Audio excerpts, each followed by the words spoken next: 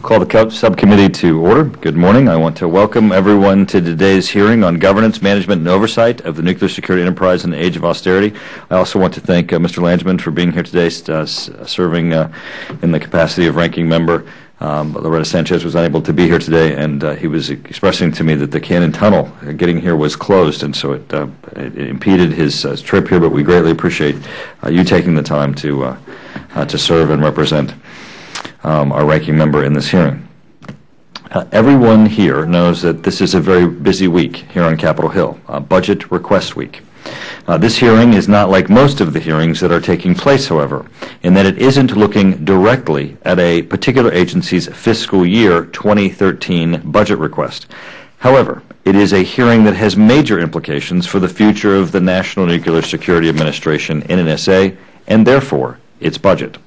This hearing will examine long-standing, well-documented, and fundamental concerns with the way NNSA manages its labs and plants, problems that are unnecessarily costing taxpayers many hundreds of millions of dollars each year and impeding NNSA's ability to accomplish its mission. In today's fiscal environment, we cannot afford such inefficiency and waste, particularly when we're seeing major cuts to the pledged nuclear modernization funding in this year's budget request. In 1999, Congress passed the Nsa Act, which split out NNSA as a semi-autonomous agency within the Department of Energy, DOE, driven by this subcommittee, and in particular by my friend Mac Thornberry, who is with us today, and Ellen Tauscher. This legislation sought to address major mismanagement and security problems at DOE. In particular, a 1999 report by the President's Foreign Intelligence Advisory Board spurred Congress into action, saying DOE was a dysfunctional bureaucracy that has proven it is incapable of reforming itself. An earlier report by the Galvin Commission revealed a counterproductive federal system of operation for DOE's national labs, saying, "The current system of governance of these laboratories is broken and should be replaced by a bold alternative." The Galvin Commission noted that problems included increased overhead costs, poor morale, and gross inefficiencies as a result of overly prescriptive congressional management and excessive oversight by the department, and inordinate internal focus at every level of the laboratories on compliance issues and questions of management processes, which takes a major toll on research performance. NNSA was created to address these problems and enable the nuclear security enterprise to be more effective, more focused, more efficient. 12 years after the creation of NNSA, the question for this hearing is, has it worked? Have these problems been addressed? To prepare for this hearing, the committee staff put together an overview of the many reports in the past 10 years that have examined NNSA's management and governance of its labs and plants. It is not an exhaustive list, but it is illustrative of what various assessments have determined are NSA's administrative problems. I ask that the hearing memo prepared by the staff be entered into the record for this hearing. I want to quote from just a few of these myriad studies that the staff have reviewed, and here is a finding from a 2009 assessment by the Stimson Center, which was paid for by NNSA itself. It stated, "The implementation of the NSA Act failed to achieve the intended autonomy for NSA within the Department of Energy. The labs now must operate within a complicated set of bureaucratic relationships with both DOE and NNSA. An excessively bureaucratic DOE culture has infiltrated NNSA as well." And here are a few quotes from the Bipartisan Strategic Posture Commission's report in 2009. The first, "The governance structure of the NNSA is not delivering the needed results. This governance structure should be changed. In the Commission's view, the original intent of the legislation creating the NSA has not been realized. The desired autonomy has not come into being. It is time to consider fundamental changes." And also, "Despite the efforts of thousands of dedicated and competent civil servants, federal oversight of the weapons enterprise needs significant improvement. NNSA may have become part of the problem, adopting the same micromanagement and unnecessary and intrusive and obtrusive oversight that it was created to eliminate. The leadership of all three weapons laboratories believes that the regulatory burden is excessive, a view endorsed by the Commission. That burden imposes a significant cost, and less heavy-handed oversight would bring real benefits." Reading these reports, the pointed criticism about excessive, ineffective, and unnecessary bureaucratic processes and confused and redundant management relationships sound eerily similar to the reports that spurred the creation of NSA in 1999. So the answer is no, NSA hasn't been working as intended, and many of the problems remain. But we have our witnesses here today to help us understand if that answer is correct. Our first panel, we have gentlemen representing two distinguished organizations that have spent considerable time examining NSA management and governance of the nuclear security enterprise. They are Dr. Charles Schenck, co-chaired National Academies Panel on Managing for High-Quality Science and Engineering at the NSA National Securities Laboratory, and Senior Fellow, Howard Hughes Medical Institute.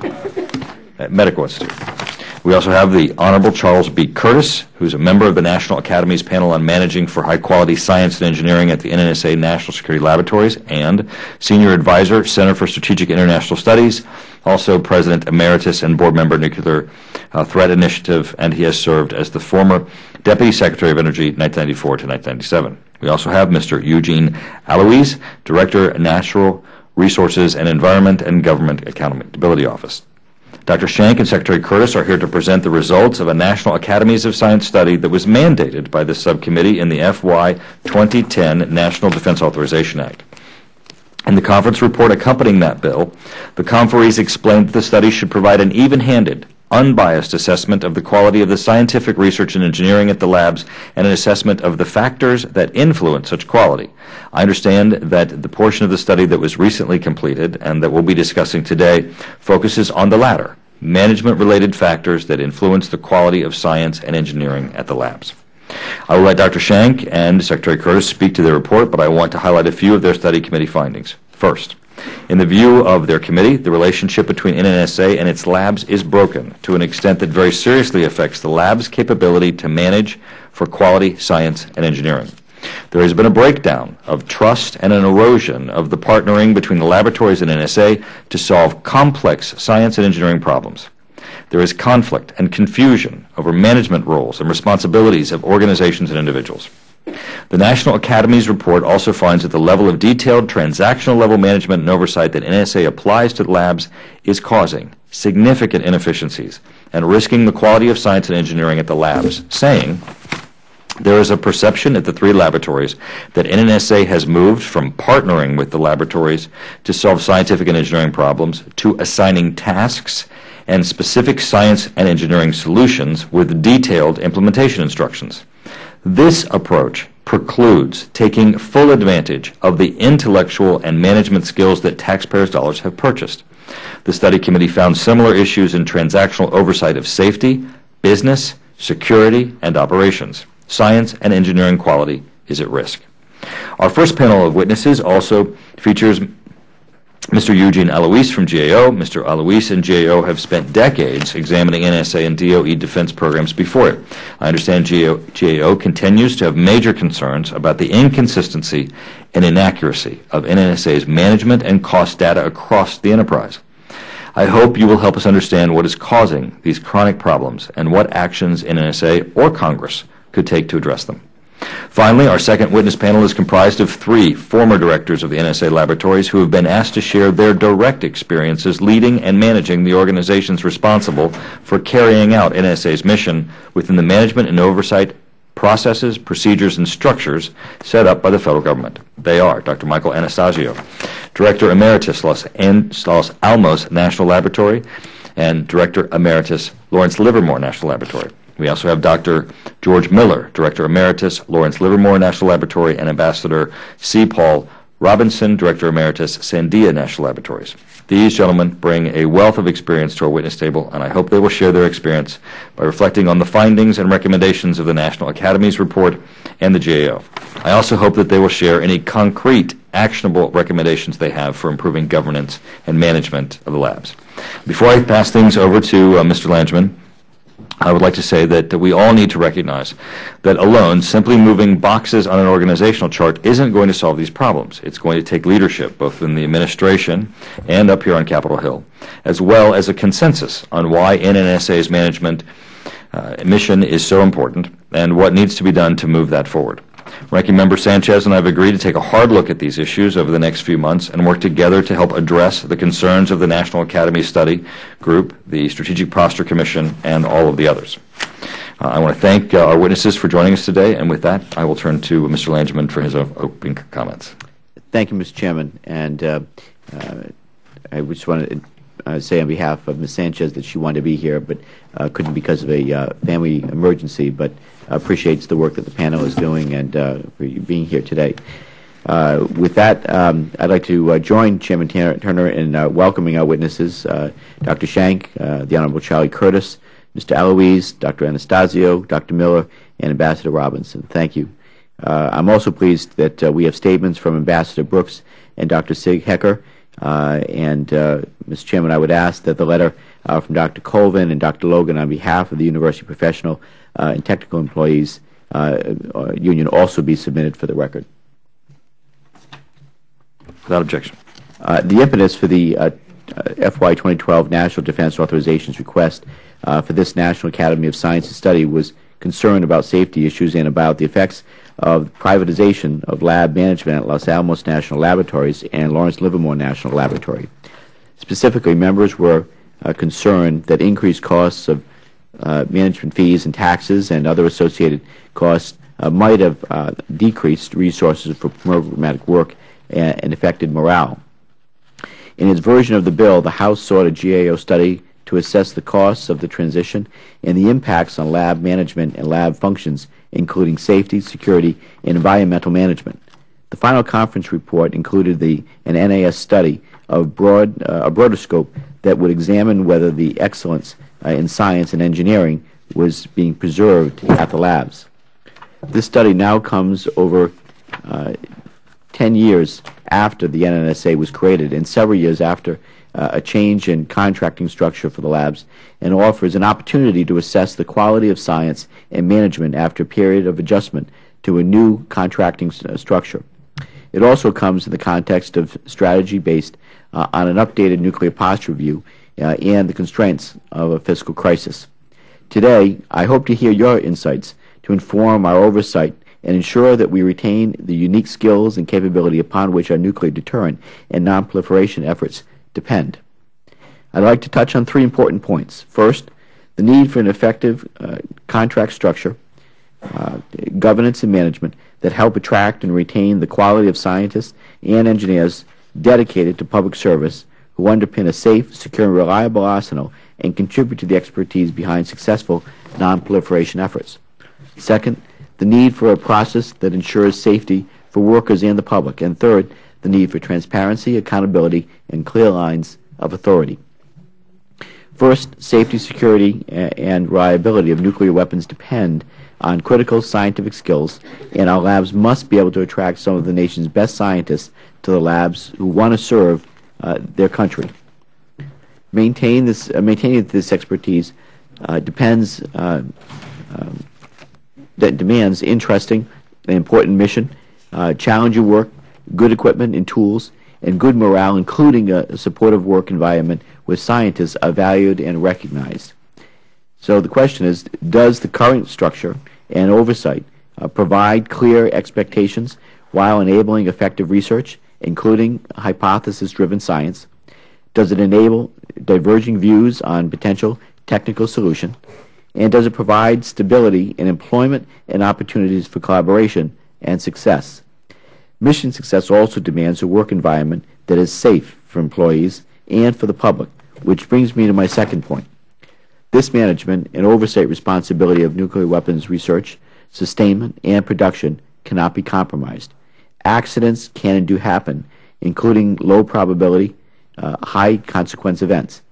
No one expected the massive earthquake and tsunami at the Fukushima Daiichi power plant in Japan or the BP Deepwater Horizon explosion.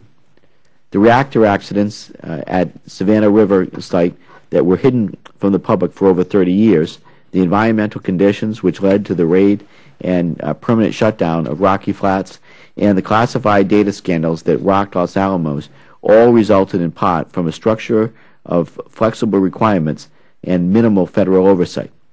Meanwhile, the Department of Labor has now approved more than 64,000 cases submitted to the Energy Employee Occupational Illness Program for radiation exposure and has paid out more than $6.7 billion in compensation benefits. Chairman Turner and our committee members and I are committed to the success of NNSA, the nuclear complex, and its national security mission. However, I fear that a nuclear accident, even a minor one, would have significant repercussions on the future of the nuclear weapons complex. That is a consequence that we would all like to avoid.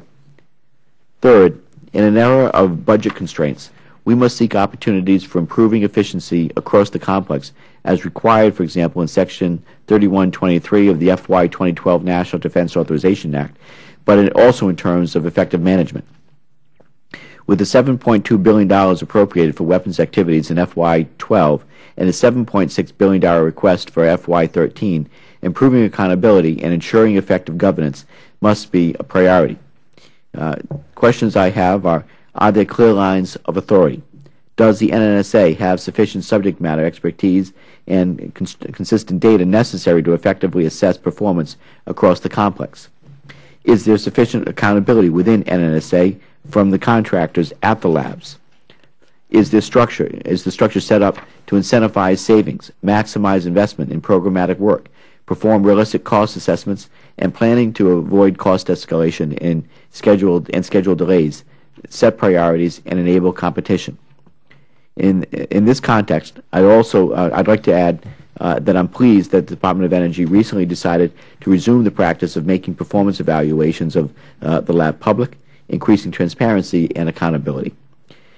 With that, I look forward to today's discussion. I was proud to read this statement on behalf of Ms. Sanchez, and again, she values the important work that you all are doing. She apologizes that she couldn't be here, but again, a family emergency demanded her elsewhere today. With that, I thank our guests for being here, and I yield back to the Chairman. I want to thank Mr. Langeman and also recognize him as a former chair of this subcommittee and appreciate his work with the subcommittee.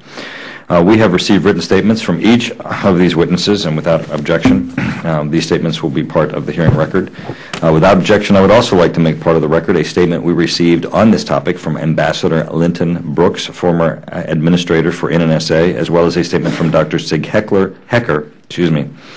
former director of Los Alamos. Both were invited witnesses but were unable to participate. We'll now turn to our witnesses. We are allotting 3 minutes for opening statements. If you would summarize the written statement that you have, will allow us to get to questions and the dialogue that we're expecting and hoping with the members. And we're going to begin with Dr. Schenk. Dr. Schenk. Good morning, Mr. Chairman and members of the subcommittee. My name is Charles Schenk. I have had the privilege of being co-chair of the Committee on the Review of the Quality of Management in Science and Engineering Research at the DOE's National Laboratories, and I'm joined here today by Honorable Charles B. Curtis, who served with me on the study. Our task was to look at the quality of science and engineering and management of the 3 national security laboratories, Los Alamos, Livermore, and Sandia. The study is conducted in 2 phases. I'm reporting on Phase 1, which was management.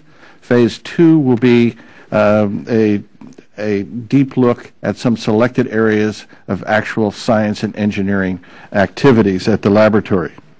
In conduct of our study, it was done primarily through testimony and observation and the looking through documents, where the committee had broad and deep expertise for this study. Our primary mode of gathering occurred with meetings here in Washington, where we talked to NNSA experts, NSA members of current executives at the NNSA. We also visited all 3 laboratories. We had evaluations where people were able to present their views from all levels of management. There are 3 major areas of findings. The first is looking at the issue of contracts. The contracts have existed for more than many decades. In some of the laboratories, they were recompeted in 2004. that led to the laboratories moving from a public entity, University of California, to an LLC that now manages the laboratory. The bottom line is that while it's true that all labs have been under cost and funding pressure, we did not find a morale crisis related to the actions of the new contractors. However, we should point out that the costs of the recompeted contracts are significantly greater than previous contracting arrangement, primarily due to contractor fees, state taxes, pensions, and other increase in costs.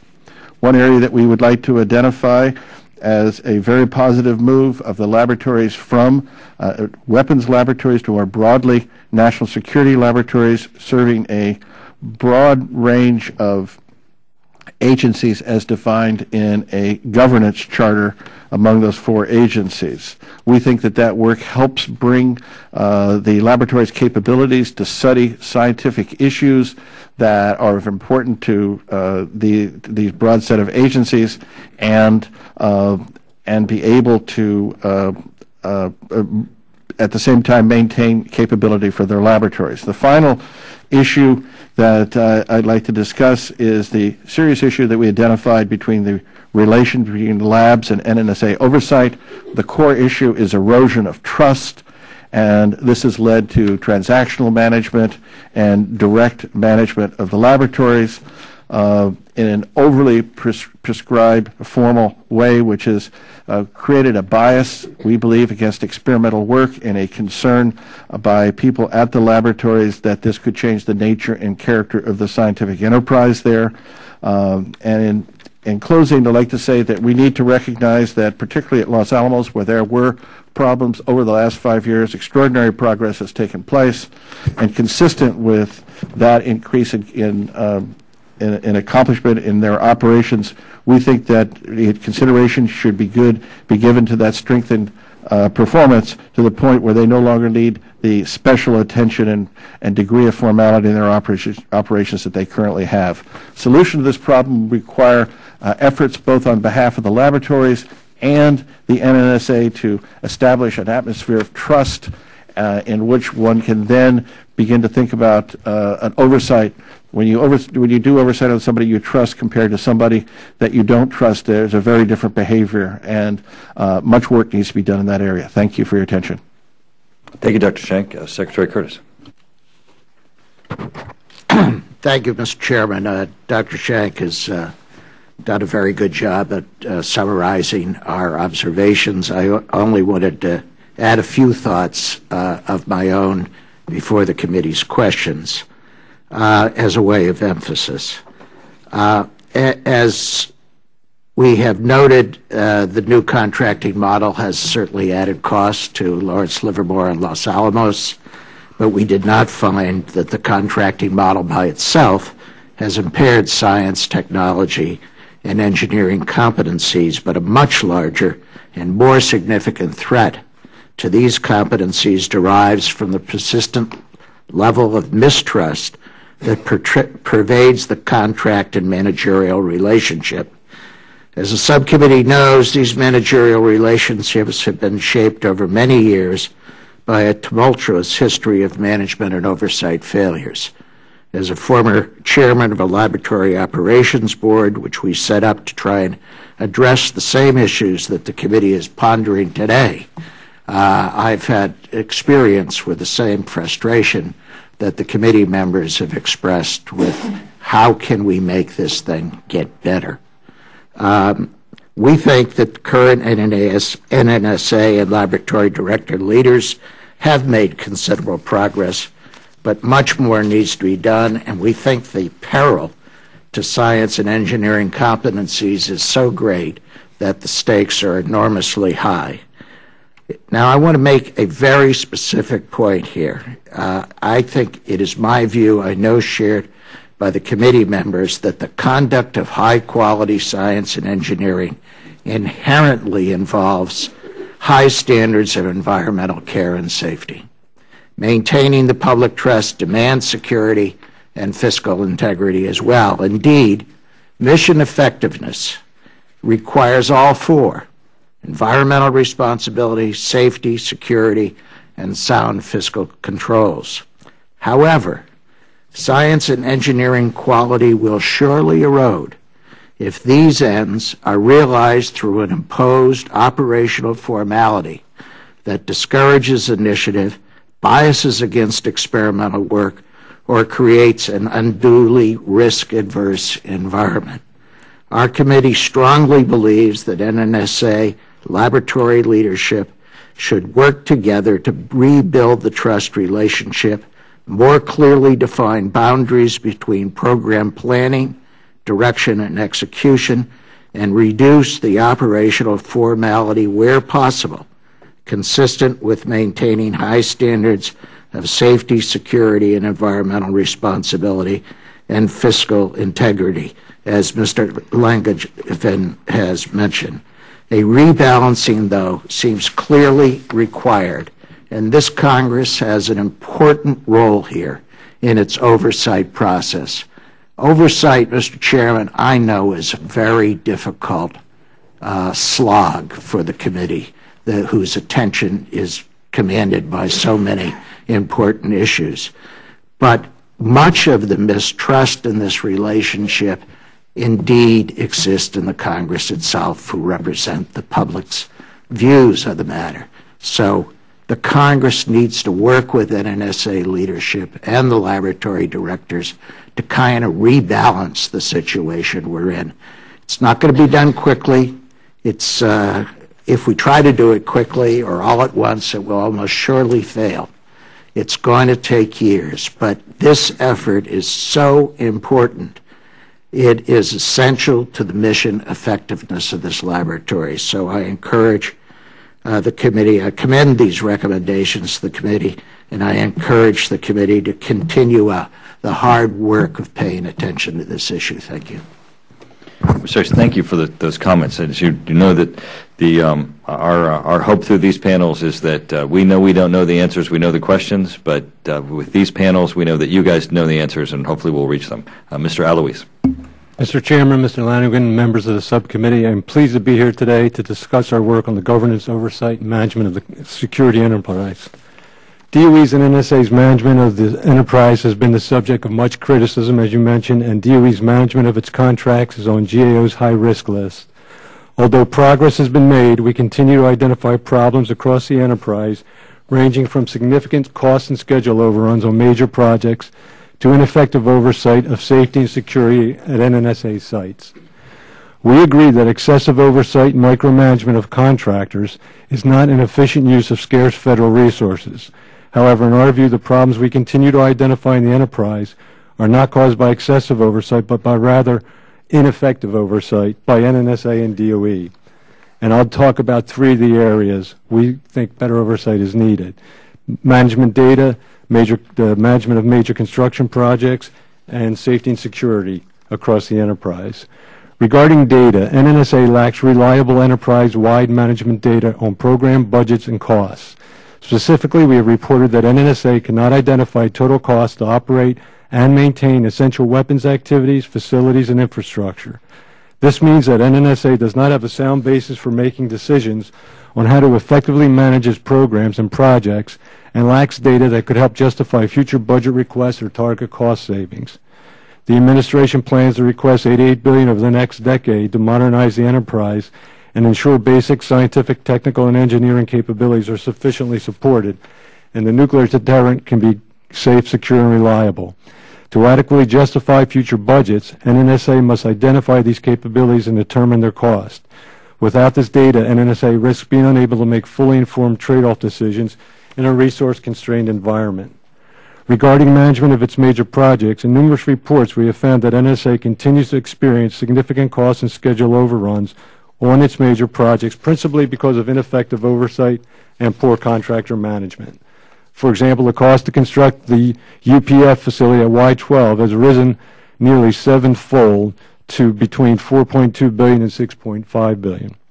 Given NNSA's record of weak management of its major projects, we believe careful federal oversight is critical to ensure that scarce resources are spent efficiently and effectively.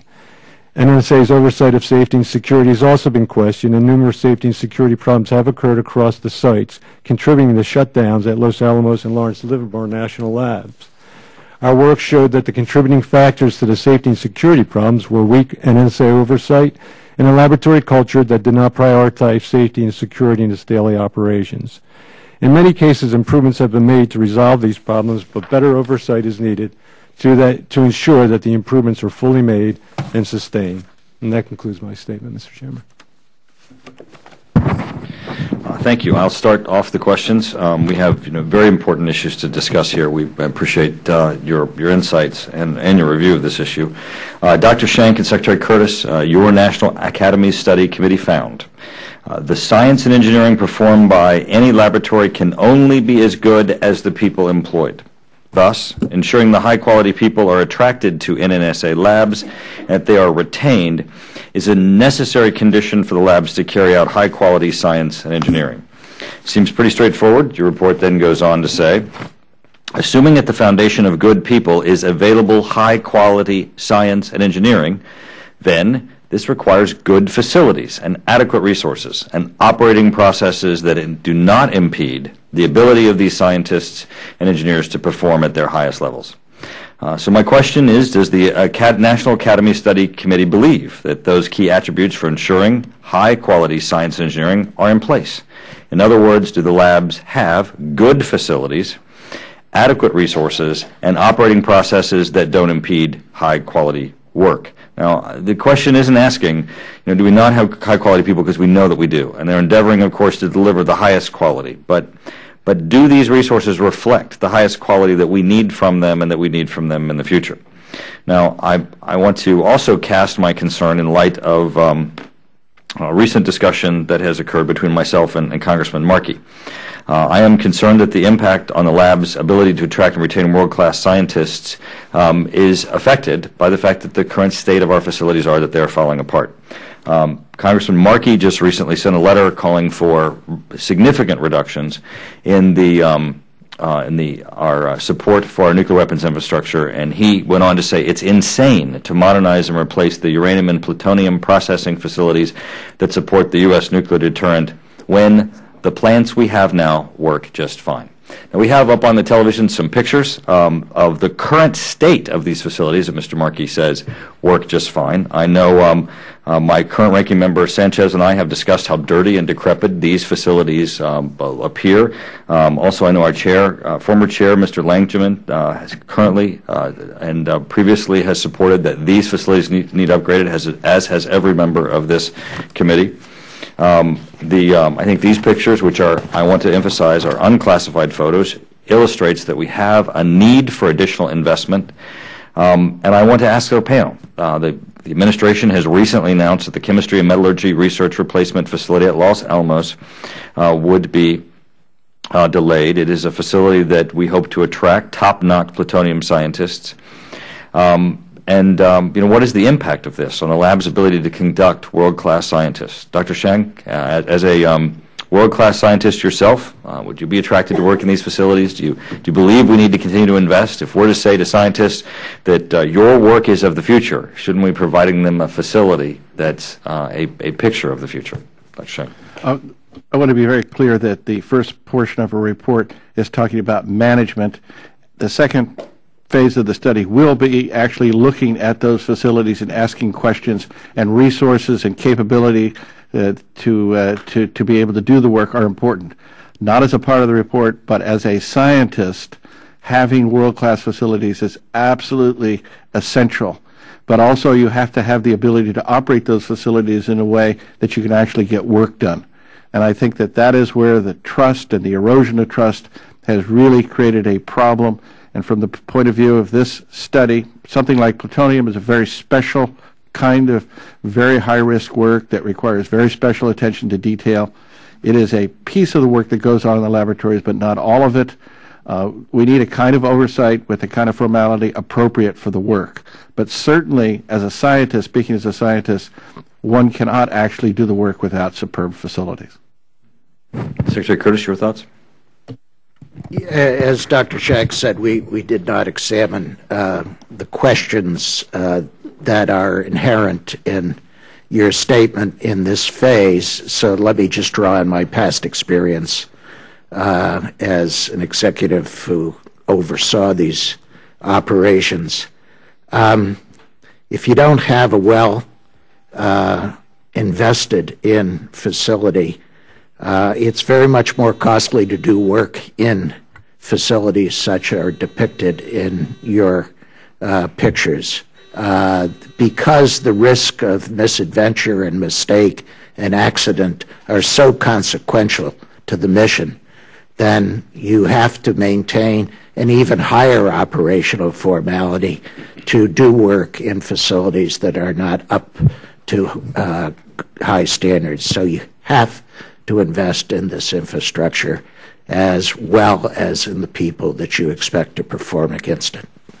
I've invited Congressman Markey to join me, including an invitation with our ranking member Sanchez to tour these facilities so that we can see that they are not just fine, and that in fact they do need additional investment.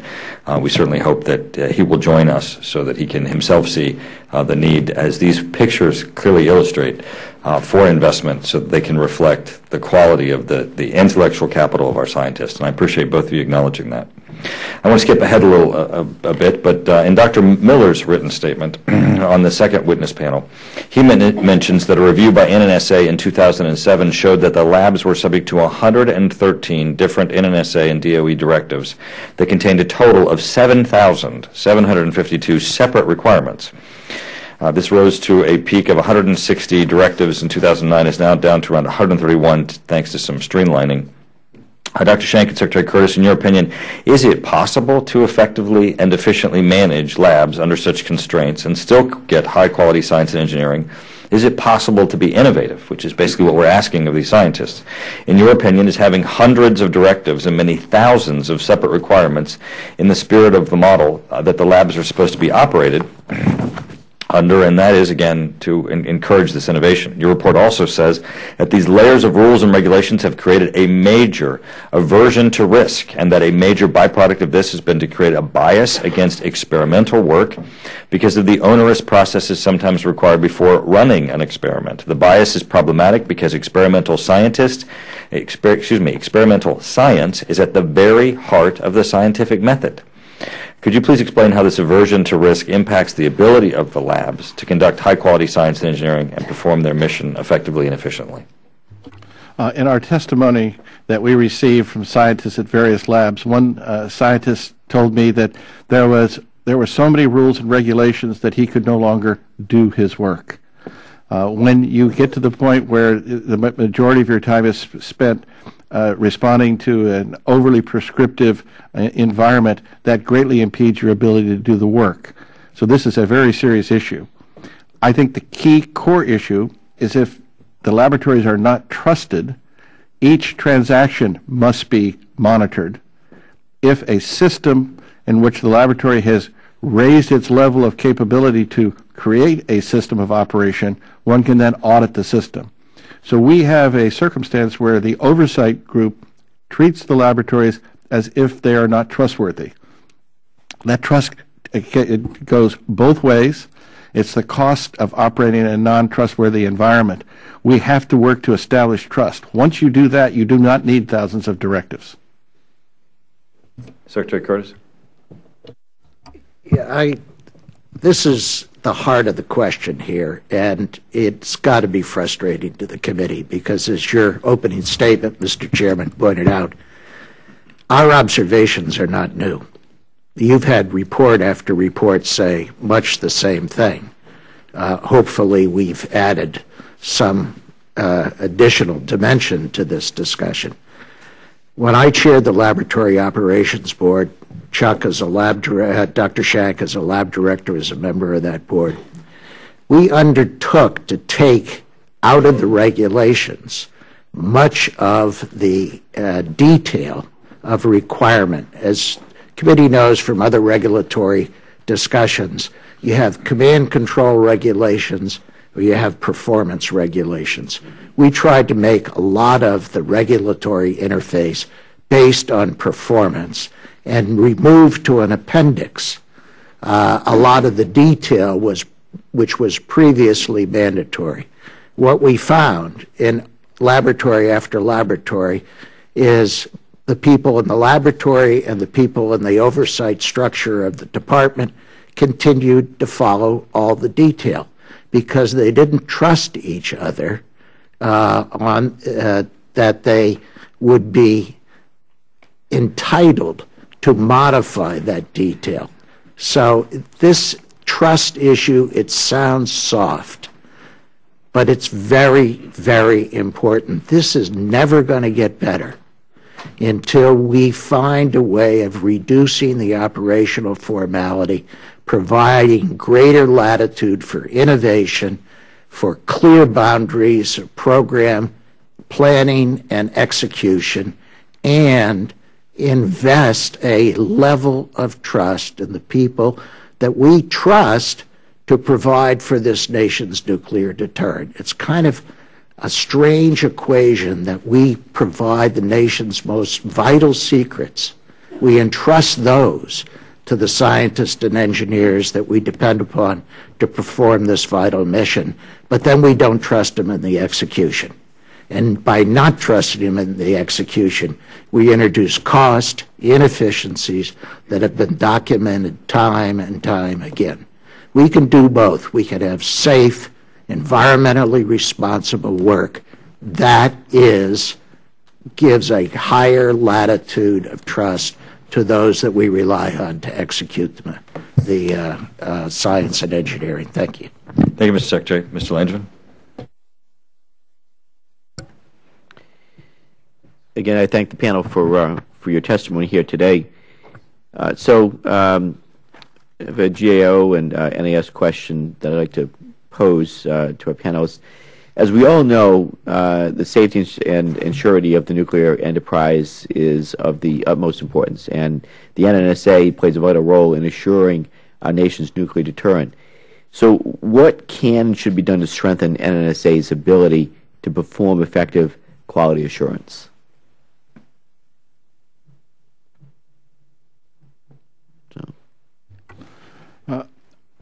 I believe that the attention is paid to the work, that a system be identified and that the labs be held accountable to that system. The laboratories have got to raise their level of performance, and a much better way to do that would be the laboratories leading the activity and then being audited on basis of what they actually do, rather than laying out a prescriptive set of instructions, which in the end become the end in themselves, rather than actually accomplishing the task. Nobody wants to operate any laboratory which is not safe and secure or in violation of any concern about security or act in an irresponsible way with funding. But if all your effort is focused on fighting problems of an expectation that you're not trusted, the cost of that overwhelms the ability to actually give you the assurance that your project will be done in a safe environmental manner. Very good. Mr. Curtis or Dr. Eloise? I think that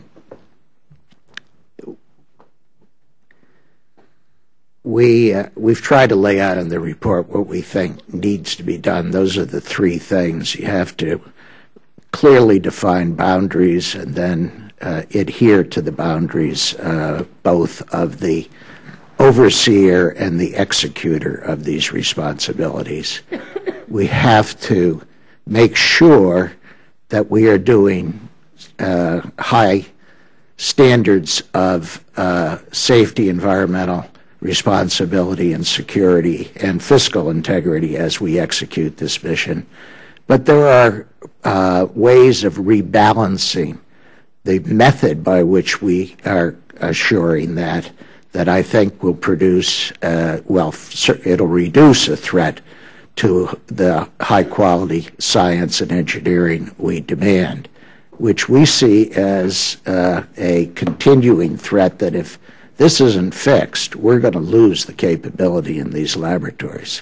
This has just got to be fixed. So the stakes are very, very high here. Good. Mr. Eloise? Yes, I think we would agree with Dr. Schenk and Mr. Curtis have said. We for years have said that we're looking for NNSA to change to performance-based oversight rather than compliance-based oversight, rather than going in with a checklist and seeing if number of policies and procedures have been issued in a year, or it's the table's 12 inches away from the wall instead of 18 inches. We should be looking at the performance. Are the labs doing what we've asked them to do, what the Congress and NSA has asked them to do? It should be based on performance. Okay. So to the panel, does the NNSA have the necessary expertise and leadership structure conducive to effective oversight? My feeling is yes, they do. They have many excellent people.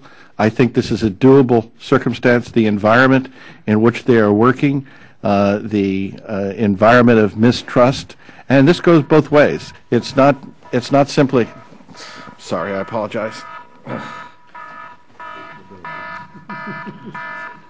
Notice this That's a pretty ominous ring. My wife is in Hawaii, and she doesn't recognize the time zone difference, so I apologize. Those we don't have to clear the room. I do believe there are excellent people there that are capable of doing the work. It's how it's structured, how the goals are put forward that could, in fact, make this whole thing work a lot better. And I think if we work at these fundamental relationship issues, that is the core to actually making the whole enterprise work. Let me make just one comment so we don't lose track of it. Tom D'Agostino and Neil Miller and Don Cook at NNSA at the top have made some very significant changes and progress in addressing this. The lab directors, some of whom are sitting behind me, made very significant progress when they were in office in addressing this. It's just that you are trying to unwind a burdened relationship that has been built up over 25 years, and it's or more. And that is why when NNSA was created, you didn't see the change that you were hoping to see. Mr. Thornberry's initiative to free NNSA from some of the administrative burden from within the department. So the culture is deeply embedded, and it's going to take a lot of work to fix that. There are very good people on both sides of the equation working very hard. Highly competent, skilled, you should be proud of them. But it's a hard, hard problem. We're dealing with a problem that developed over several decades, and it's going to take a while to undo it. I would just add that in our work, we found that the NNSA site office people are not properly trained to do the kind of oversight they should be doing, and that's a major problem. This question is more of the National Academy. A number of employees, including the unions who provided testimony to the NIS panel, and at least one former lab director, have expressed concern that the private for-profit model is harming the labs in that many senior scientists have chosen to leave, and production and research is driven by performance-based incentives. The NIS report finds that the bureaucratic frustrations that are affecting all levels within the labs, and I quote, are not traceable to the M&O contractor or contracts themselves, and found that the lab director's primary objective remains to manage the laboratories in the public interest. Do you feel that the criticism of some of these employees that the for-profit motive is harming the labs is valid? This is a very important concern. It's something that we took very seriously. We asked the people who made those representations to us, give us examples, give us data, give us something other than feelings, because we cannot produce a report based on feelings. So we asked the question, are the labs able to hire and retain people? The retention rates before the contract change and after the contract change were both 4%. They have not changed at either Livermore or Los Alamos. So we have not seen a change in retention. There is an issue of cost. The cost of the contract is more, but that's not the total increase in costs. There were costs due to, in case in New Mexico, having to do with the state gross receipts tax, which added $65 million. Roughly $100 million for each laboratory. That has had an effect. However, at the same time that many of these things occurred when you changed the contract and the contractors, if you look at the actual contracts themselves, they are about the same. And so we could not identify a change in a contract that would lead to an issue. But we do feel that the people who were running the laboratories before and after were the same kind of people. They did the job under the old contract and the new contract. We did not see a difference in their behavior. We asked Neil Miller, were the incentives such that they were so large that they would distort the operational process?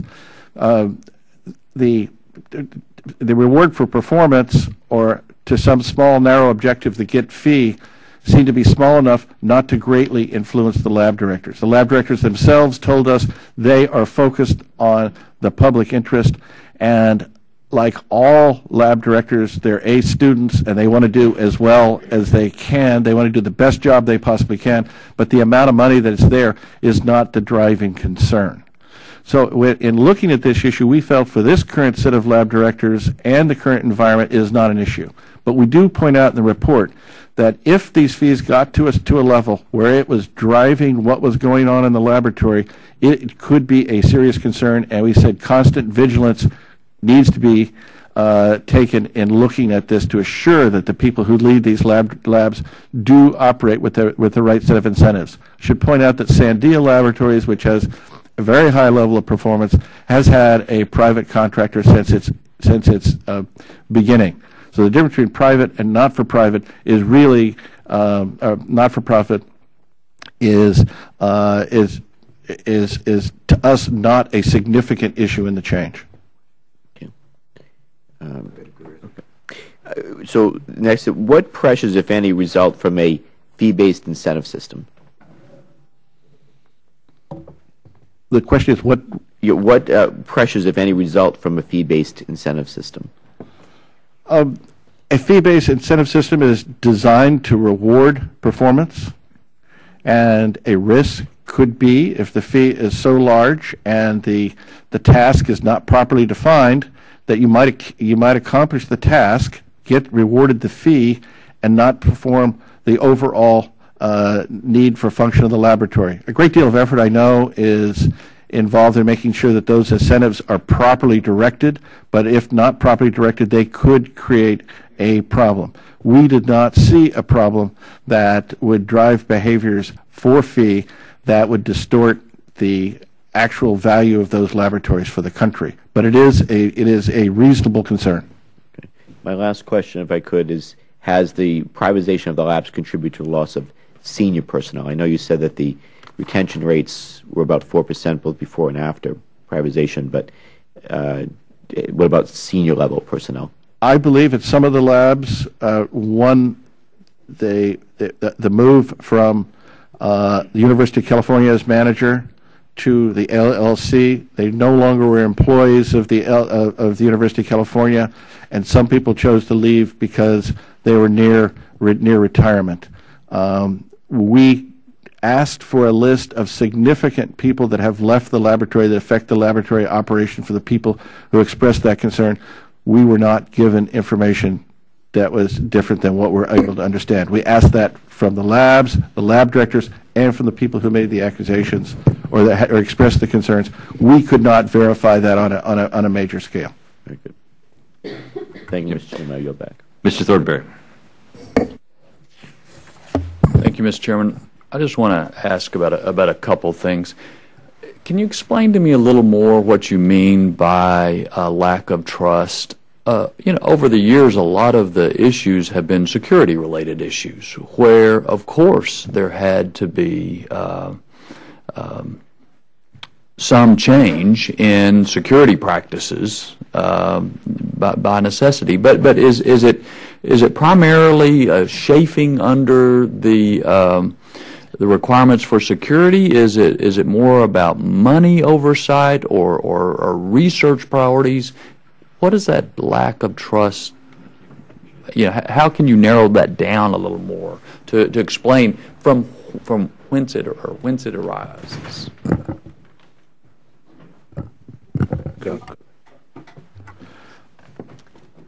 There has been a record of performance failures, more at Los Alamos than at the other laboratories, that created a great deal of concern. If we look back to some of the things that drove the idea of recompetition, there were issues. I believe an enormous amount of effort has taken place, specifically at Los Alamos, to try to upgrade, modernize their systems, create an attitude of understanding the importance of security and attention to safety. An enormous progress has been made there. If you're in an environment where people have failed to live up to the expectations, it's not surprising that that trust issue will carry over into the future. We hope that increased performance, the laboratories will earn the kind of trust, which would then lower the level of formality. But some of this has been earned, and some of this is probably, as you described, chafing under regulations. But I believe that some of the mistrust has been earned, but there's also has to be an opportunity to earn that trust back. When you manage somebody that you don't trust, you put a whole set of restrictions and requirements. If you read 7,000 requirements, it is because I really don't trust what you're doing. If I trusted what you're doing, I would begin to look at your outputs and sample and audit what you do and have you work with national standards as opposed to a step-by-step transactional oversight. That has to be earned. That is the salvation of actually making this whole system work, is really fixing that interface and that relationship. No change in contract will fix that. It really is working at that relationship issue. Okay. One other issue, you mentioned several times in y'all's report LDRD, and I've had lots of debates in this room over the years, usually with people on my side of the aisle, about what percentage of a laboratory budget would the director could direct according to merit. Is that a major issue or a small issue? Is it symptomatic of this larger question of over-regulation from NNSA, or is that just one of the consequences of this lack of trust, that there has not been the amount of discretion that the laboratory directors had in the past to manage new projects? There are two issues there. There is one, the LDRD, which is an approved program. It's one that remains the key tool for developing new scientists and associated science that's important to the laboratories. Recognize that physicists are not trained in weapons design at universities. When they come to the laboratory, having an opportunity to work with some very closely associated science gives them an opportunity to develop these scientists. And if you look at some examples given in our report where people have worked on LDRD and ultimately became part in leadership, some of the leadership back here probably began with LDRD, very important piece. We also point out in the report that a restrictive changes in budget categories, narrowly defining budget categories, has removed the ability of the laboratory to do what they once did historically, was to have a larger fraction of their budget to actually have scientific programs that and create a robust core weapons research program. That may be a whole range of issues. I don't know what the motivations are, but they no longer have that additional flexibility. So it's left with LDRD. So LDRD is very important, but the lack of flexibility has come from the description of more what are called BNR codes that really restrict what the laboratories can do with the funding. So both of those are issues.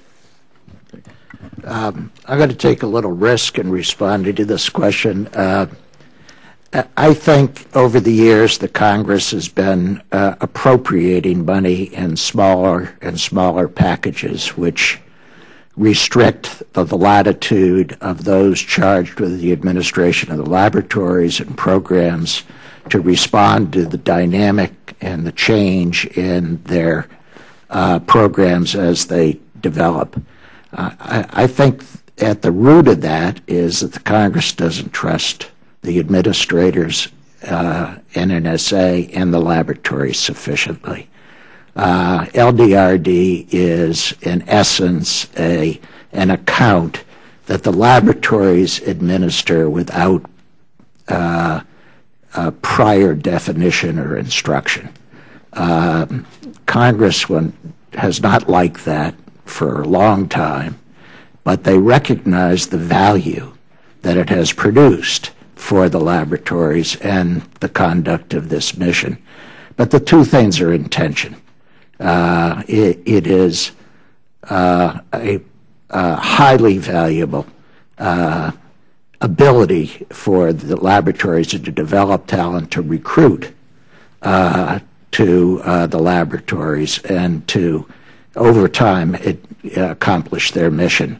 But it always makes the Congress uneasy because they are controlling the purse as some view, with sufficient direction as they feel they are responsible to do.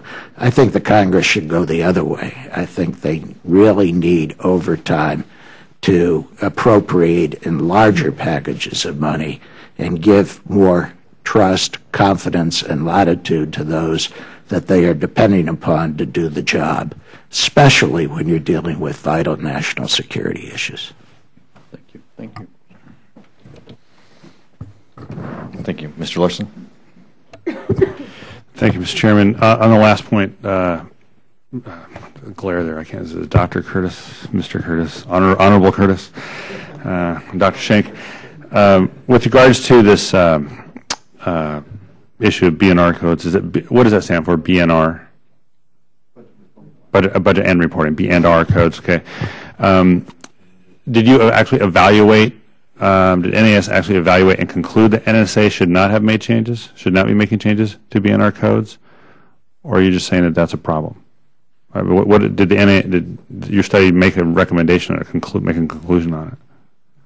We heard from the laboratory directors in testimony they no longer had the flexibility to do the kind of research programs they have done historically because of the narrowly described budget codes. Did you conclude that was a good thing or a bad thing, or make any determination about that? Well, from the perspective of our report, which was to look at science and engineering, we saw less science and engineering, fundamental science, taking place at these laboratories than maybe you would have seen 15 or 20 years ago. And that has come about because of this set of restrictions. I think the detailed impact of that is best asked to the next panel, who will describe what that has meant to them in terms of their core research capability. Great, I'll do that. So what should we care about the labs doing? Did you conclude that? Making a conclusion about what we, as members of Congress, what should we care about the labs doing? Well, I think you should care that they're accomplishing. I'm sorry. In what did you conclude in your study? I want to be more clear about so you're commenting on the NAS study. What did the study conclude about what Congress should care about what the labs are doing? From our study, what Congress should care about would be that the laboratories be permitted to execute their mission responsibilities in a cost-efficient, safe, environmental, and responsible way. But you also said that one of your recommendations is that the committee that this committee, presumably Congress, should endorse your committee's recommendation that the maintenance of the stockpile remains the core mission of the lab. Is that about right? Absolutely correct. So what activities would the labs give up, or what would become secondary if that were to be the case? Well, the maintenance of the stockpile is the core issue. Right. In order to actually achieve that issue, we felt the new four-agency governance model gave the laboratories the opportunity to develop science and engineering capabilities that they would not be able to perform under current austerity conditions. So it enables their core activity by being able to work in these broader arrangements where you now think of them more in national security laboratories, where they serve national need in a broad range of areas. But in the end, their primary responsibility, their core responsibility, is maintenance of the stockpile. Perhaps the directors, when they come up here, and get prepared for the question, and just maybe make it part of your testimony about the relationship between the austerity, the lack of dollars, or the lack of the dollars you want, and that the impact that has on what you want to do versus the management issue. If there's some ways we can sort of separate those things a little bit, so we're attacking the right problem. Is the management structure between NSA and DOE and the labs on target? I mean, this gets back to Mr. Thornberry's work of late 90s and early 2000s about trying to find the right relationship. You make any recommendations on that through the study? We expressed a concern about the relationship. We did not make a recommendation how to redefine or reorganize the national or the DOE and NSA. Right.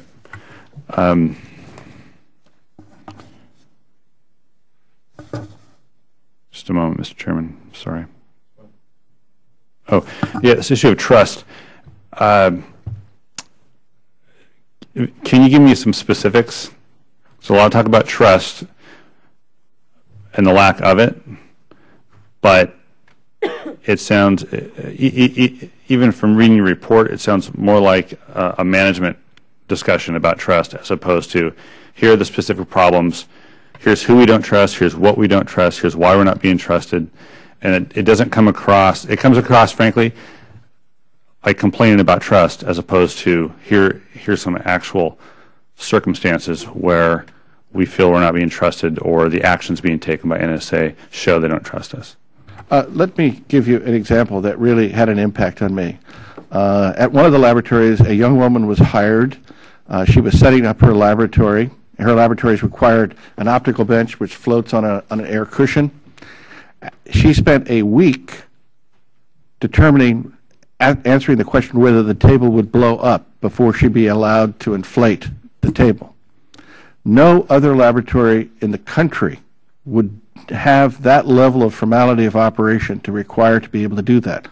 Why did this occur? Mm-hmm. If I trusted the laboratory to be able to have a system in place to actually be able to operate facilities without a step-by-step requirement, exhaustive requirement, would be quite different. Similar work done at one of these national laboratories ought to be the same as it was at Bell Laboratories where I was when I grew up as a scientist, or IBM Laboratories today. They should be operating the same way. They do not. The cost overhead of these excessive formality is a major impact, and the real concern to us when we listen to young people, it really is creating a bias about how I need to invest my career in experimental work at one of these laboratories because of this burden. So we pay a cost for that excessive formality, and a way in which, if you trusted the organization, you would have a certified system of how you operate the laboratory, and you'd audit the system. We audit and give orders and instruction for every motion. Good. Thank you, Mr. Chairman. Dr. Schenck, thank you for concluding with that very impassioned description. From my community, Dayton, Ohio, came the Wright brothers who, brought us into to human flight, and I can't imagine what the rules and regulations would look like if government had to tell them how they should have done their experiments. We might all still be on trains. So, gentlemen, thank you so much. We're going to turn to our second panel. We are very lucky to have Dr. Michael Anastasio, Director Emeritus, Los Alamos National Laboratory, Director Emeritus, Lawrence Livermore National Laboratory. We have Dr. George Miller, Director Emeritus, Lawrence Livermore National Laboratory, and Ambassador C. Paul Robinson, Director Emeritus, Sandia National Laboratories. We'll pause for a moment as we have a shift between the first panel and the second panel, but we're very glad to have them here. Hey, Mike, you're right. Let's just get rid of the FAA. Did you know the federal government contracted with the head of the Smithsonian to invent flight while the Wright brothers were inventing flight? And Yes. he crashed. His name was Langley. Langley, right. Yeah. You know the name? Yeah. For the longest time. Yep, It's it's like still there. Yes. $50,000. And for the longest time, the Smithsonian wouldn't recognize the Wright brothers because he was still trying to. But they found a mathematical error in all the calculations. He was way off. He was way off. Gentlemen, we want to thank you all for being here. You have prestigious careers as heading the NNSA labs. We appreciate you taking the time to share your insight with us. And we will begin with Dr. Anastasio. Thank you, Chairman Turner and other members of the subcommittee. I appreciate the opportunity to testify today. I just want to put a disclaimer in that my remarks are going to be my personal views and not the views of any of the laboratory or any other organization. And during my career, I've witnessed many historic events and dramatic changes in the national security enterprise, yet the laboratory's dedication to mission and quality of science has remained. However, the future of an age of austerity, as you pose it, is really raises significant near-term and long-term challenges to high-quality science, engineering, and mission effectiveness. So I want to spend a minute or two discussing these challenges, and then in my written testimony, I've made some modest recommendations. I think the first point is the context in which the nuclear security enterprise operates. There's lots of issues that drive my concerns. There was a great bipartisan agreement that was satisfying for me with the Nuclear Posture Review in 2010 and the accompanying budget plan, the 1251 report. But already the consensus around that is wavering, and inevitably that is going to lead to differing expectations of the enterprise and an inability to set and carry out priorities consistently over time. And as the financial pressure mounts, that's going to exacerbate these problems. A second is that the external entities who peer into NNSA also drive concerns because they generate a significant risk aversion within NNSA. When they get criticized from external bodies, they become risk averse. And that manifests itself in a lack of trust of the sites. We should make sure that we don't do anything that causes embarrassment of the NNSA. And that generates a growing focus on compliance at the expense of delivering on the mission.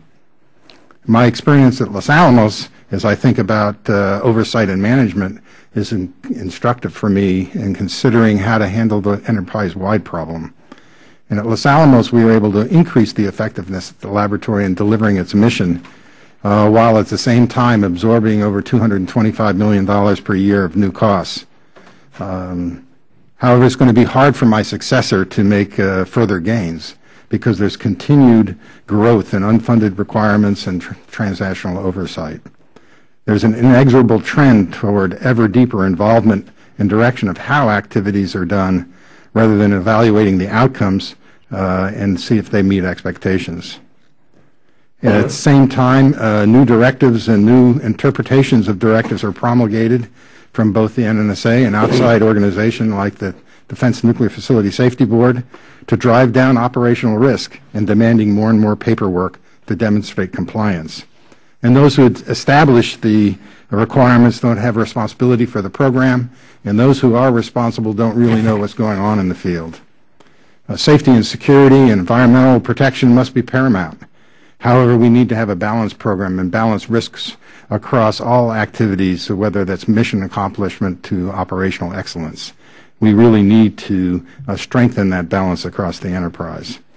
And so let me end with my long-term concern, which is for the health of science at these institutions. And already we've seen some anecdotal evidence that the environment we're working under is driving away some of our best mid-career scientists. And as we confront the financial pressures, I'm concerned that it's going to force program modifications that will lead to impacts, and history would suggest that those impacts are going to fall disproportionately on science and engineering in order to protect the near-term milestones of the program. And if that happens, then we run the risk of losing the capabilities of these world-class organizations, and we may not be able to recover. So let me stop there. Thank you, Mr. Chairman. I'll be happy to answer any questions. Thank you so much, Dr. Miller. Thank you very much, Mr. Chairman and members of the subcommittee, for the opportunity to provide my comments on this important issue, and more importantly, thank you for your long-term support of this critically important program to the country. Based on nearly 40 years of watching this enterprise and leading Livermore for the last 5 years, I'd like to summarize 5 main points. First of all, at the top level, there's a lot of very positive outcomes that I think the Congress and NNSA and the country should be proud of. The laboratories still have extraordinary people. Stockpile stewardship is working, and we have the capabilities of these laboratories being more broadly applied to the problems facing the country. And in fact, Secretary Chu and Mr. D'Agostino have recognized the need for governance reform. I also believe that right now the U.S. faces enormous challenges for which science and technology has the ability to contribute significantly. And we cannot afford to waste a single precious dollar or precious science, technology, and engineering resource on bureaucratic inefficiency. In my view, the laboratories are under severe stress in their ability to perform these missions, and they are increasingly constrained by the manner of the federal oversight and the way in which it is implemented.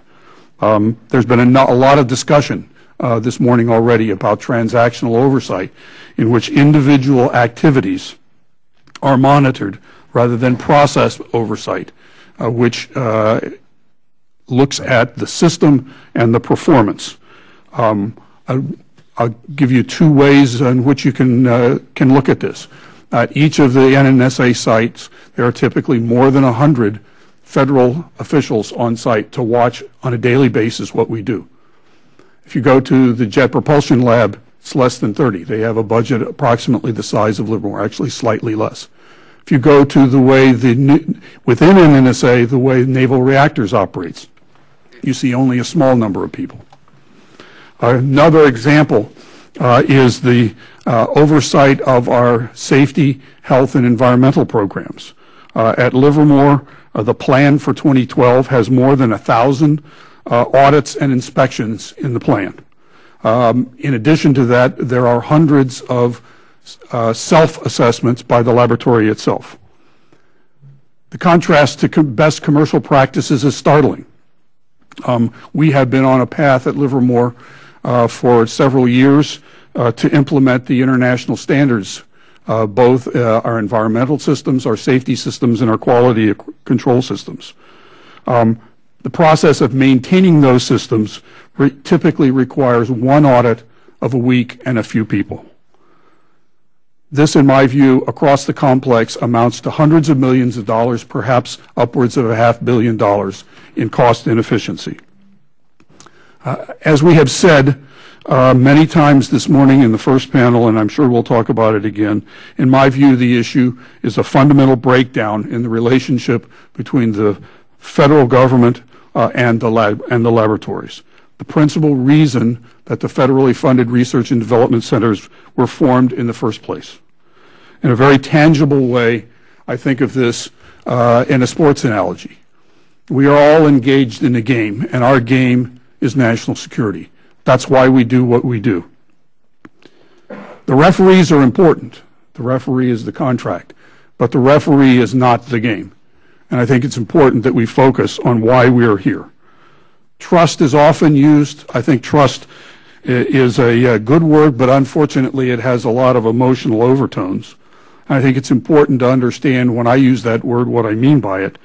And it's really a recognition that each of the partners has an important and very distinct role to play. And it's important that we have a mutually respectful relationship in which that relationship can be borne out and focused on the accomplishment of our job, which is national service. I think there are a number of positive actions that can take place to move us back towards the partnerships that have served the country so well. Again, my summary, the country is facing major challenges, and we cannot afford in this environment to waste a single bit of our science and technology and engineering talent on bureaucratic inefficiencies. I would ask you to think of three things as you summarize this hearing. We need to work on restoring trust. We need to eliminate transactional oversight. And we need to turn over management of these institutions to the organizations that were hired to manage them. Thank you, Mr. Chairman. Thank you. Ambassador Robinson. Thank you very much. Pleasure to talk about an issue that I've been watching for 45 years, but I'm also...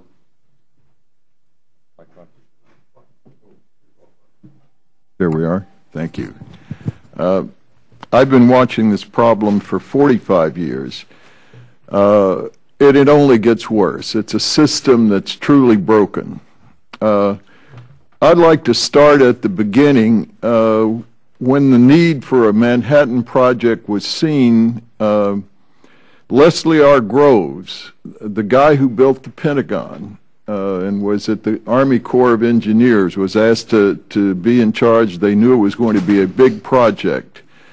He was given advice by the scientific leaders at the time, gee, be careful. Governments have no track record, no positive track record whatsoever about handling projects of research and development, and particularly anything that requires innovation. Government will slow it down or block it completely. They also wisely decided not to draft all the scientists, which was one of the suggestions on the table, but in the end asked if the University of California would manage the scientific effort for the government. And that's the GOCO, government-owned, contractor-operated, was born. Now, one of those advisors was James Conant, one of the top science advisors to President Truman. He was asked once, what can our country do to really get those benefits of science from the Manhattan Project and keep them going forward to propel our country in the future? He said, I think the best thing that we can do is choose men and women of brilliance, back them heavily, then leave them alone to do their work. Now, if there's anything you cannot accuse this system of, it's leaving people alone to do their work. The bureaucratic obstructions that started as with every 5 or 6 years, you could see it increasing dramatically under the Atomic Energy Commission until people said, gee, that's just not working. It then became, for 3 years, the Energy Research and Development Administrations, and then the Department of Energy, and this latest change was NNSA within the Department of Energy. How bad has the oversight gotten? And let me use a different word for oversight that's more common, I think, in all three labs. The micromanagement is killing us. And you're right, people are not ready to do those jobs, and the government keeps growing and growing and growing in size. Just look at the plot. They outnumber us enormously now. And they seek to find roles to keep busy.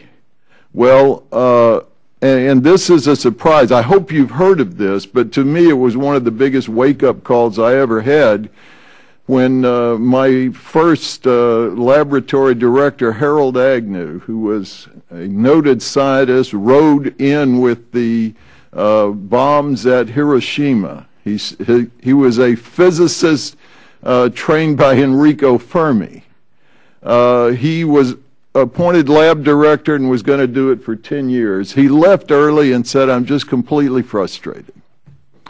He said, I know you can't fire people anymore, but could you please just not let them come to work? And the rate of science productivity and the inventions and things that we can harness for the security of this country going forward will go up at least a factor of 3 instantly.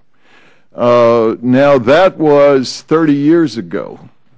It's gotten a whole lot worse since. And I say in my testimony, it's time. You've got to take a tremendously strong action. Bureaucracies never reform themselves. The cost structure is just enormous for all the overhead activities. You are required to do what-if exercises before you can do anything, and it is frustrating. Now, I'm pleased to tell you we hit on a wonderful way to make sure we're still hiring the best people. We have the professors at the best colleges, 33 strategic universities, finding the best students for us and saying, gee, you know, you need to come to Sandia and work. And we bring them in, and they cannot believe the constraints that they're being asked to work under.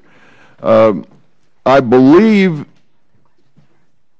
one of the big reports that you can now read online was Science, the Endless Frontier, which was written to summarize after World War II all the great science that had been done and accomplished, including in the Manhattan Project. It said we've got to pay attention to frontier science and move it forward if the country is going to maintain its lead. Things are at stake over what's been allowed to happen, and I agree with these gentlemen. I think we're going to lose the capability overall unless major changes come. I suggested to you the time when it flourished the best, it was under the Department of War, now the Department of Defense. They cared about what the answer was, the missions. They are the people who have to use those weapons that we design. They cared about the answer. No one in the present system seems to care about the mission. It's how are you doing all of your trivial chores? That's what we want to look at. I believe it is time to move it to the Department of Defense, which is now a civilian institution, which was the reason it was not placed there originally. And we've had 60 years of it being a civilian institution, and I believe the change in leadership would be dramatic enough to stop this nonsense and get us on a better path. Thank you. Well, thank you all for being frank, and specifically the ambassador for his passion there at the end. Dr. Miller, and when you presented your testimony, you said, presently, the NNSA laboratories are under severe stress in their ability to perform their vital missions because they are substantially and increasingly constrained by the manner in which federal management and oversight is implemented. I believe the impact is well in excess of hundreds of millions of dollars of work per year across the complex. A 2001 study by DOE's Lawrence Berkeley National Lab suggested that implementing streamlining of administrative and operational requirements would allow labor reductions and cost avoidances between 10% and 30% in net resource savings would be realized. The resources saved in administrative and operational support areas could be immediately applied to critical mission and institutional needs. This is serious money, and the money could be going to accomplish the mission, as all three of you are focusing on. Can you give examples of where you might find these cost savings? What do you think Congress could do to change these inefficiencies, and what other witnesses think? I think it's so important that, and when you guys were giving your descriptions, you keep going to the issue of the mission. Everyone is for environmental safety. Everyone is for security and safety in the processes. But innovation and the mission is what is so important. And if we're focusing on one over the other, we're certainly costing the ability for innovation. Perhaps we could begin with Dr. Anastasio. Ideas of efficiencies, cost savings, and other items that you might wish to identify. We're seriously looking at a to-do list for this upcoming bill, and your participation is so important. Well, thank you, Mr. Chairman. I would suggest my experience with the laboratory when I've tried to do this internally, because, of course, the laboratories suffer from bureaucracies just like everyone else, and to try to meet that challenge internally. I found that the only way to attack this problem is to reduce the budgets, reduce the dollars available to do indirect activities. And you have to enforce that by reducing the number of people who are doing them. You can't just take the money away, because then the people have to go do something else and they'll find another way to. So it's really reduce the budget and number of people who are engaged in oversight and indirect activities. That doesn't mean not do oversight, because I agree with Mr. Alois that doing oversight a different way is what we really need to do, not transactional, as we've all said, but do it in a performance-based way. And there are plenty of accountability mechanisms in place already with our new contracts to hold us accountable, because we should be accountable. But do it in a way that doesn't audit every. And there's just so many examples of counterproductive things. When we had computer security problems at Los Alamos, one net result is for many tens of computer systems, we had to write many, many hundreds of pages of security plans on how we're going to protect those systems. And we spent 18 months writing thousands of pages of documentation, and at the same time, the security threat, as we all read in the newspaper from cyber, is changing every hour. So how could 18 months worth of paper, make you more secure? Actually, it makes you less secure, because the people who are writing the documents should be the one who are figuring out how to protect us. Dr. Miller, anything you want to add to your previous comment? Yes. Again, I think this is a terribly important issue. I agree very much with Mike's comments, and they're echoed in my written testimony. Again, the example that I use is the integrated number of the integrated federal on-site presence across the complex.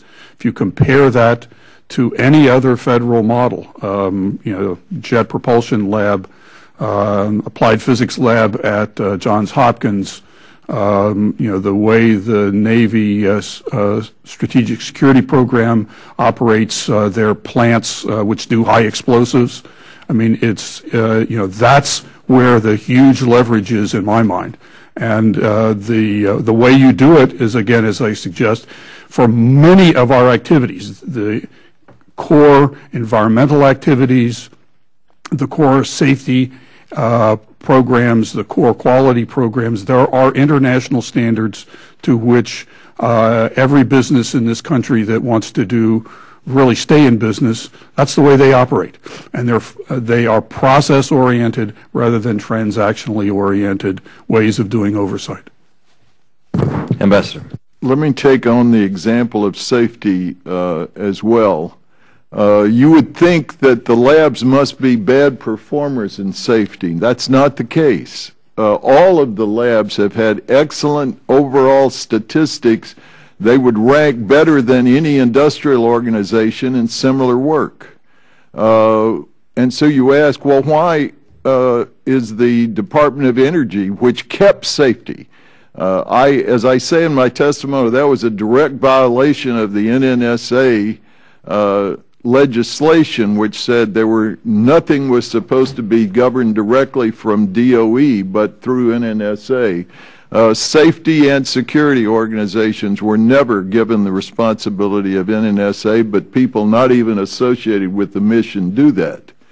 Now, the cost of doing safety are enormous, but yet the attention that one would get if you were out in industry or a university would be very, very little, because your performance was so good. So performance statistics ought to be driving what level of oversight you've earned. It does not within the current system. And the costs go up, not only the costs for doing safety, which is an end in itself within the Department of Energy, but the lost time of people having to, before they can take any experimental action, writing for months. I did have one other mental picture I wanted you to carry away. When we put all the Department of Energy rules and orders together in a bookshelf, they're bound in documents. It was 4 shelves high and 4 feet wide. thousands and thousands and thousands of pages, and we challenge anyone to open up at random as many times as they'd like and read and see if you thought anything contributed to safety from all the effort that had been put together in writing those rules and orders. Well, thank you. That is a great, I think, visualization of part of the problem. Dr. Anastasio, your statement mentions the Defense Nuclear Facilities Safety Board, DNFSB, as contributing to the burdensome oversight of the NNSA enterprise. Would you please explain how could we ensure that DNFSB is able to conduct thorough, effective, and value-added safety oversight of the nuclear enterprise? And what other thoughts do you have with respect to how to remedy that obvious problem? I think a simple idea in my mind for whether it's the DNFSB or NNSA itself or DOE or anybody else who's imposing new requirements, that we ought to require that those requirements are are accompanied ahead of time with a cost-benefit analysis, which is, okay, so everybody's going to want better security or better safety and so forth, but the question is, how do you balance that risk against the risk of not being able to accomplish the mission, or the risk of losing the science capability to do your future work? So those are all risks that are all important. And so a good manager and an effective organization has to balance all those risks against each other. And you have to keep them in balance. That's what a lab director has to do, as well as anybody else that runs an organization. And so you have to go evaluate to make a change here. How does that affect everything else that goes on? And how do I keep all these things in balance? And right now, the system we have is the people who are looking at the operational issues, whether it's the Defense Board or anybody else, are not required to look at that balance. They're just required to focus on the one issue that they're responsible for. And to get that integrated view of the balance, that's the thing that's missing. So requiring some kind of cost-benefit study, it's not just about dollars, but to force the system to think, what are the impacts? Is it worth this extra bit of safety to have this other impact on how I can, my effectiveness on executing their program? I appreciate that. One of the things that we can never quite capture in a cost-benefit analysis is an innovation lost cost, because the and if that, excuse me, Mr. Chairman, and if that was we don't do the cost-benefit at all. You're right. Right. And so, right. So on a cost starting down basis, that path, in my mind, would be something that would be useful. Yeah, we want our brilliant people to be doing brilliant things, not menial tasks, as you have all been pointing out. I know that that's part of what you have nurtured as directors, and we certainly hope to use your expertise so that we can unleash that innovation once again. Turning then to Mr. Larson. Thank you, Mr. Chairman. I'll just have a few questions. We'll head over to the Navy posture hearing here in a few minutes, so I won't take my 3 minutes or 5 minutes or whatever we have. But thanks for coming. It's good to see you all again, even in this circumstance. I would note that it was said earlier that there's no morale crisis at the previous panel. So in the report found no morale crisis at the labs, despite the increasing costs. I can tell you the increasing cost causes me a morale crisis, and so we'll have to hopefully look into that. But one of the basic questions has to do with the management structure. Again, we've dealt with this in the past, like the last 2 years or 3 years. It's our last really focused set of hearings on this. The NAS didn't seem to say you need to necessarily change the management structure, the one we've been struggling with.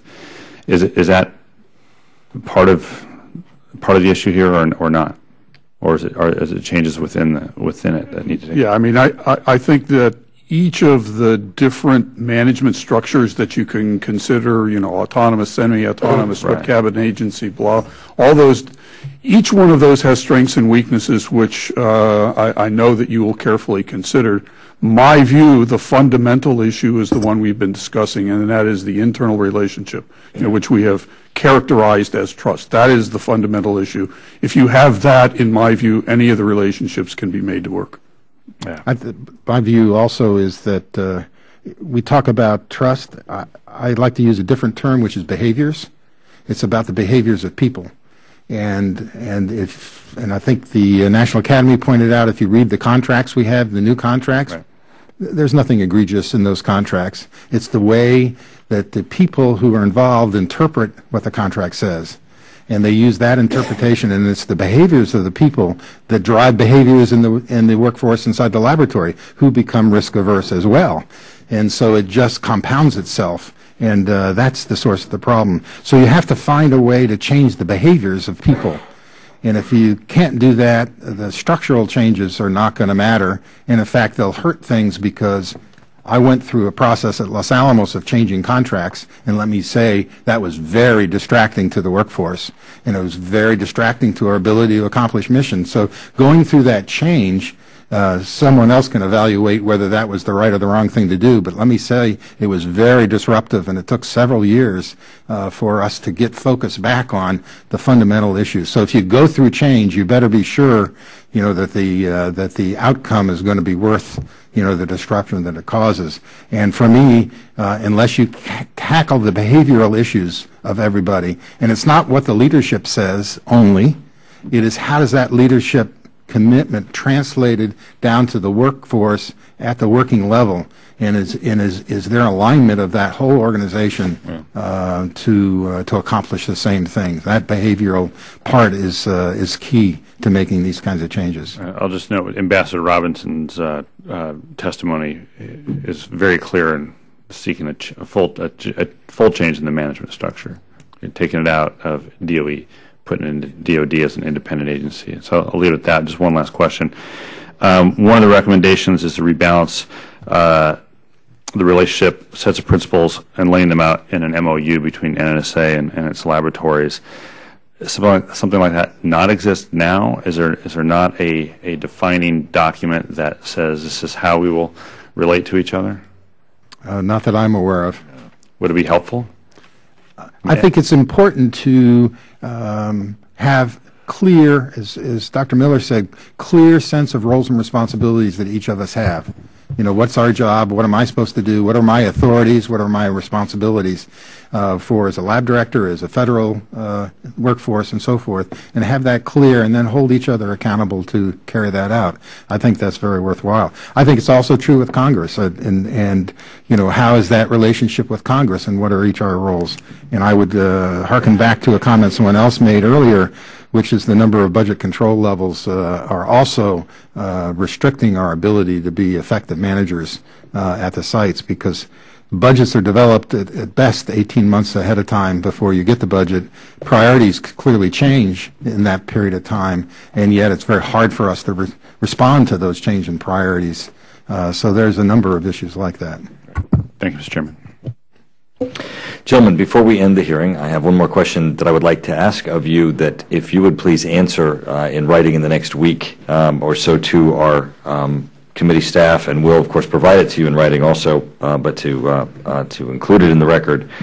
Many studies and reports over the past 10 years, including the 2009 Strategic Posture Commission, recommended eliminating duplicative NNSA and DOE regulation of any lab functions that are already regulated by external bodies, such as health and occupational safety by the Occupational Health and Safety Administration, OSHA, and letting these external bodies regulate and oversee those regulations. I'd like to know if you agree, if you see cost savings that might be realized by such a move. Why hasn't this done before now? And is there anything else that in that question that you see in your insight that we need to know and take into consideration? I would like to thank both our first and second panel, both for your commitment and dedication to these issues, your time today, and what I'm sure will be a continued dialogue as we try to struggle with this issue in looking to put together this year's National Defense Authorization Act, where we hope to have provisions that relate to this issue with your assistance. Thank you all. Thank you.